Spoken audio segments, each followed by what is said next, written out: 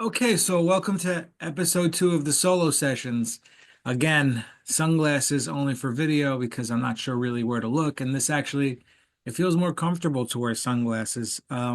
So let's talk a little bit about some of the questions I got on social media on Instagram. I put one of those Q&A things in the stories if anyone wanted to ask me anything about the podcast or me. So I have them written down.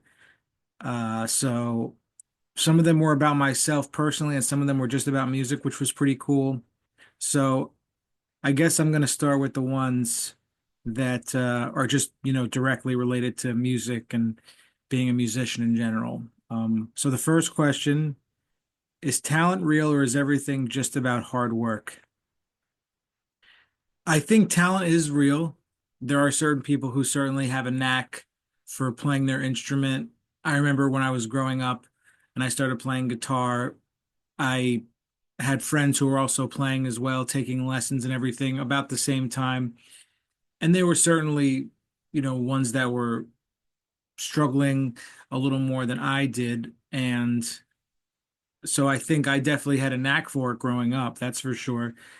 It all depends on everything that you've grown up with, the music you were exposed to listening to. I think there's also other things that come into play, like, when I was a kid, I used to always like building Legos and stuff, and just using my hands to build other things like connect. So, I think talent comes into play when it's things like that. There are some people who just have a natural ability. But at the end of the day, it is really about hard work. You only get to a certain point when you have a natural ability, I think. There's parts of, things that we learn that we can just grasp quicker. Everyone is different, but I really do think hard work is everything. You get to a certain place on your instrument where you know that you can stay where you are, or you're actually going to have to start putting in time. So I started playing guitar at 9, and then probably for about the first 4 or 5 years or so, it was just I wasn't really practicing. I was just kind of doing it for fun and playing when I wanted to play. I was natural and quick to pick things up, like rock songs and stuff. But when I saw some great players play, like Steve Morse of Deep Purple, and I saw Joe Satriani, and I saw Dream Theater, and I said, okay, I definitely cannot do any of these things or even come close to it. So I think that's when hard work takes place, when you have a goal in mind of how you want to play the instrument. And I'm still working, very hard. Um, I am always learning new jazz standards. I'm always trying to practice new ideas. I'm always listening. It's, work ethic is something that just getting worse and worse in our society. Everyone wants everything so much quicker, instant gratification. Attention spans aren't there. And I mean, even my attention span isn't what it used to be even 5 years ago, just because we're easily distracted. But we have to practice that as well. So I think it's a mix of both. Yeah, talent is real. There are people who have a natural ability, but you do want, if you have something you want to do, you got to put in the time. There's just no way around it. Okay. Second question. Do you need to know music theory to be a great musician? Again, it goes back to what you want to do. If you want to understand something complex like improvising in jazz and chord structures, you've got to know the theory behind it.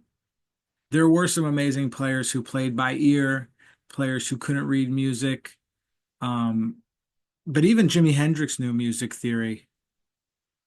I think to navigate on your instrument, you can only go to a certain point by ear. You do have to kind of know what's going on in terms of um, not just theory, but how your instrument works and how to play in all these different keys and everything. I think you do need to know music theory to be a great musician in the jazz context. But you can be a great musician and play pop and rock and not know anything. You can just, if a music is playing a song and it's only got 3 chords in it, some would say those people are great musicians who are playing those 3 chords, G, C, D, the whole song, or E minor to G, whatever it is. those people can still play their instruments and some would consider them great musicians, but someone who's more advanced definitely knows that there's much more to it than that. It's all context dependent. Okay. All right. So yeah, now I got some questions that were actually directed towards me in particular. Okay. This was actually very funny. I wasn't surprised I got asked this question. How did you get a gig at the Blue Note? Uh, I'm gonna be honest with you. I think I started emailing the Blue Note around 2012 or something like that. And I got my first gig there in 2015. It's 10 years ago already. Wow, it's crazy to think about that. I mean, I played there for years on and off for their late night series. They stopped doing that after COVID, basically. There used to be a midnight set. You start at 12:30, you go till 2 in the morning. That's the times I had gotten to play there with my groups. So, first gig in 2015. I started emailing them around 2012. I know for sure it was 2012 because I was on tour with my band and I was in a hotel, I think in Massachusetts, and I'm like, I'm going to email them now, and because the tour is going to be over, and I really want to do something that's important to me.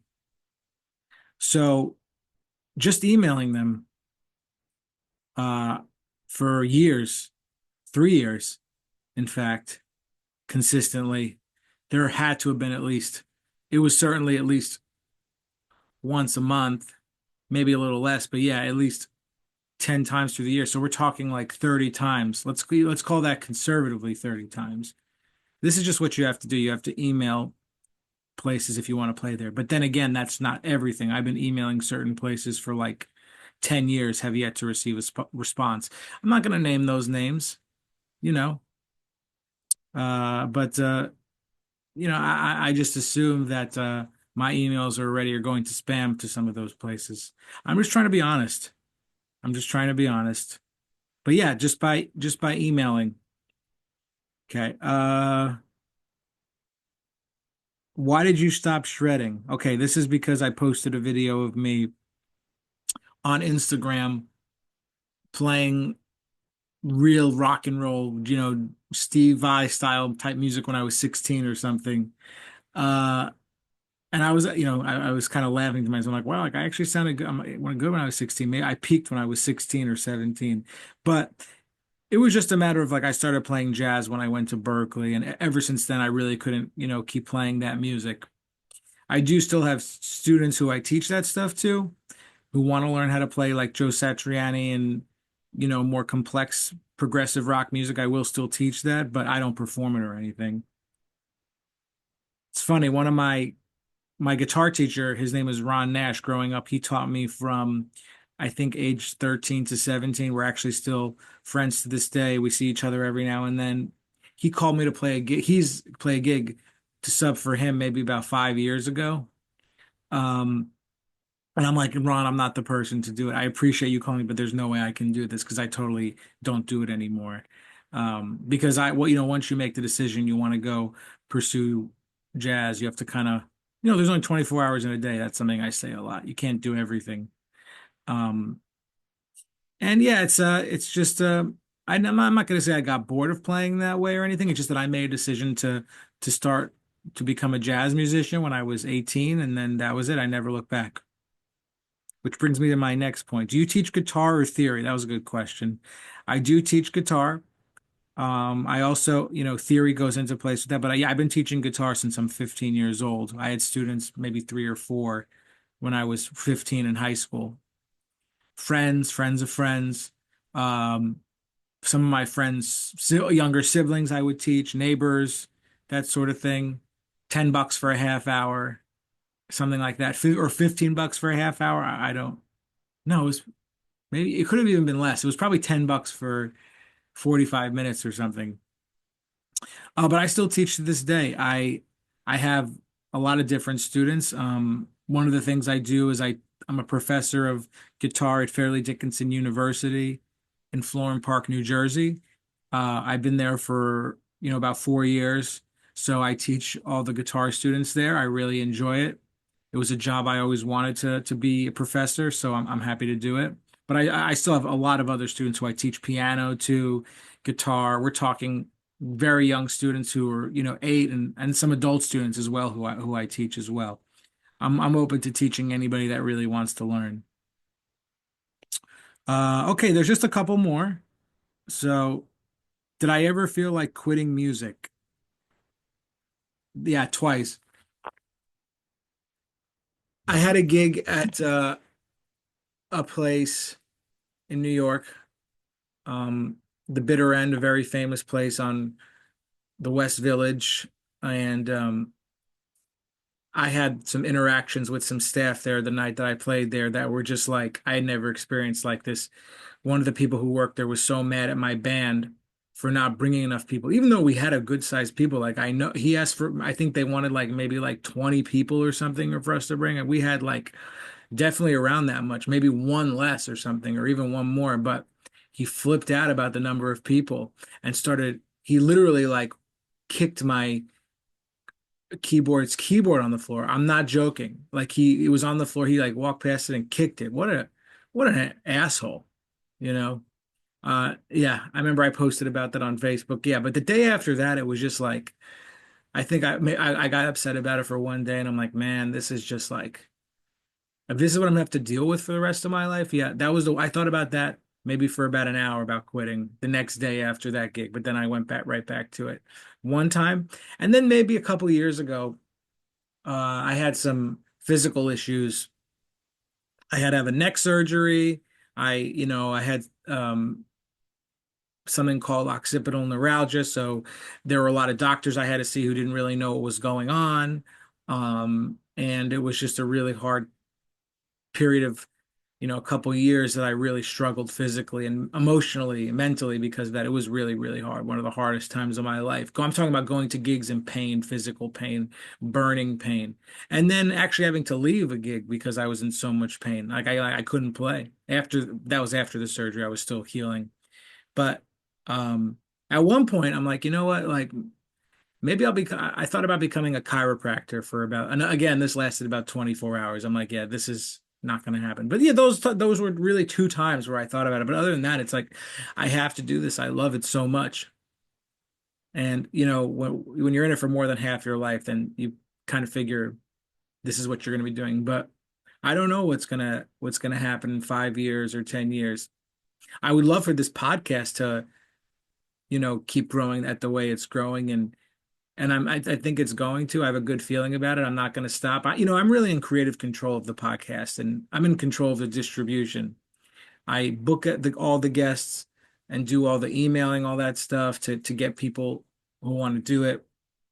I do the recording. I do all the video and audio files, distributing them. I do all the social media and stuff. So I'm really in creative control. So it's really up to me as far as how I want to go to it. And I definitely said I want to do at least get to 1,000. And we're 3 months in and well over 100. So at this rate, like in a couple of years, I think we'll be at 1,000. But I would love to grow this podcast more and do this more and have instead of doing some other things that I do. But no, I'll never stop gigging or anything like that. That's my favorite thing to do. I love to play gigs, even though I've said I don't like to play gigs. I like to play at home. No, I like to play gigs. I love to play music with people. Uh, okay. Last question. Do I feel pressure to keep proving myself in the jazz and music world? Um, that's a complicated question. Proving myself? No, I just want to be better than I was the day before. I just want to keep growing. But to the masses, no, I really don't care. I really don't care. I was talking to Nat Janoff. He's a great guitar player, my friend. He on my podcast, and we were talking. And it's like there are going to be people who absolutely love you, no matter who, and who hate you, no matter who you are. So you can't win. You can have 100 people at your show, and there could just be one who doesn't like you, or two or three. You don't have to prove yourself to them. You have to be at peace with what you're doing musically. You have to know you're doing the best. Even if life gets in the way, you don't have time to really, you know, practice 8 hours a day, and you have life goes on. I'm 37 years old. It's a lot different than when I was in my 20s. I have a mortgage, I have bills to pay. I have a life partner. I have a nephew who I love. There are things in life that become, super important, that this other proving yourself in the jazz world really doesn't mean anything. I'm still going to play gigs and still have things booked for me, unquestionably, and still educate the audiences and do everything I'm doing. I will not stop that. But no, I don't have to prove myself to anybody. I have to be okay with what I'm doing. And yet I know when I'm okay. When I'm playing at home, I know when I'm playing well. When I'm on a gig, I know when I'm playing well. I have to be okay with it. And I have to know I'm still growing. And that's the thing. You have to really think about these things. And now I've kind of in the recent years thought about, how do you keep getting better? Uh, Aside from like, oh, practicing new technical stuff, like you have to have really specific goals in mind. And I've been thinking about this for, the last couple weeks. Really just, this year I'm like totally dead. I want to get better at just playing the blues. I, really playing the blues, like where you can only use a couple different notes and you just make someone, you feel it. When I say play the blues, that's like kind of like, what do you mean by play the blues? I'm talking about play the blues the way people like T-Bone Walker, Lou Donaldson, um, people like Grant Green. Grant Green played the blues, man. Let me, one of my favorites. Like, so I'm really focused on that. I'm learning a lot of music that'll help me be able to do that. That's the goal. But then like last year, my goal was really like to play a lot of pop tunes more on jazz gigs, which was, I played songs by everybody from Queen, Elvis Presley, um, the Beatles, um, what else was there? Lenny Kravitz, yeah, really try Led Zeppelin, even really tried to just go outside my comfort zone and play more of those songs in a jazz context. But again, I had to like them specifically. So, I was actually having a conversation with a great musician, an unsung hero, one of the masters. He's everything. He's so tremendous. I was talking to Mike Boone, great Philly bass player, someone I've admired for, you know, such a long time. We were on the phone last night and we were talking about that. Being in competition with yourself is what's important. We're students, and he feels the same way. And it was so refreshing to hear someone of his stature talking about that, about wanting to just keep growing. We're never, the music is so much bigger than us. He's going to be on the podcast. We just haven't, we haven't scheduled it, but man, what a what a tremendous musician. What a great guy. What a great player. Can't say enough great things about him musically. So that was really nice to connect with him and talk to him. So, who are we speaking with today? Got a couple of interviews scheduled today. Looking forward to them. Going to be speaking with a drummer, Jeff Williams, saxophonist Anthony Nelson, and guitarist Max Light. Great players, so I'm looking forward to speaking with them in a little bit. And there's a lot of great stuff on the calendar. I'm not going to mention every single person, but that stuff will be released today along with this episode. I'm enjoying this podcast. It's almost like I have to do it. I'm on a mission. The voices need to be heard. People need to tell their story. I think that's what's missing, to be honest. There's a jazz musicians out there who are so incredible, like thousands and thousands, but people don't know them personally. Even the people that they're close to, friends or family, don't know them, what their music means to them. So it's kind of like, let's say I interview somebody who has so many accolades and stuff. they might have family and friends who just don't get it and hear them, be interviewed. It's one thing when you're talking to your friends personally and explaining things to them, but when you're interviewed, it brings on a different light of self-expression. So, and we have to get our stories out. People go hear music jazz at jazz clubs, they go see it in restaurants, but they don't know. They need to hear more words, more conversation to really get. That's how the music will grow too, if people just get to know us better. If people get to know us better, if the musicians who play this music get to know us better personally, it's so important. I mean, we're in a age in our, we're at the time in society where it's just there's mental health is discussed more, and a big part of that is just when a big part of keeping your mental health in check is just by talking to friends, talking to family, just in general. So conversations are super important for connection. You can really tell someone, you can tell people who are uh they're just not totally disconnected from speaking to other people. It's a shame. It's a shame people who really just can't relax and just communicate back and forth openly and honestly with no judgment. People, it's almost having conversations is becoming a lost art form.